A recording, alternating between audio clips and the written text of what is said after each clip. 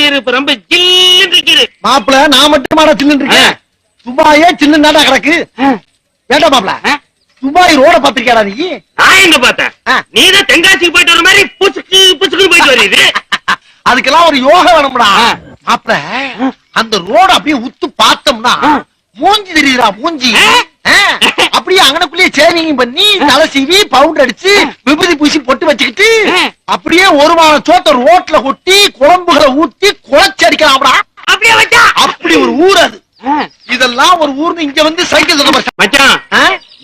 உனக்கு என்ன நடந்திருக்கு? துபாயில கூட ஒட்டக பல்லாம் டீ பண்ணி சொல்லிருக்கா.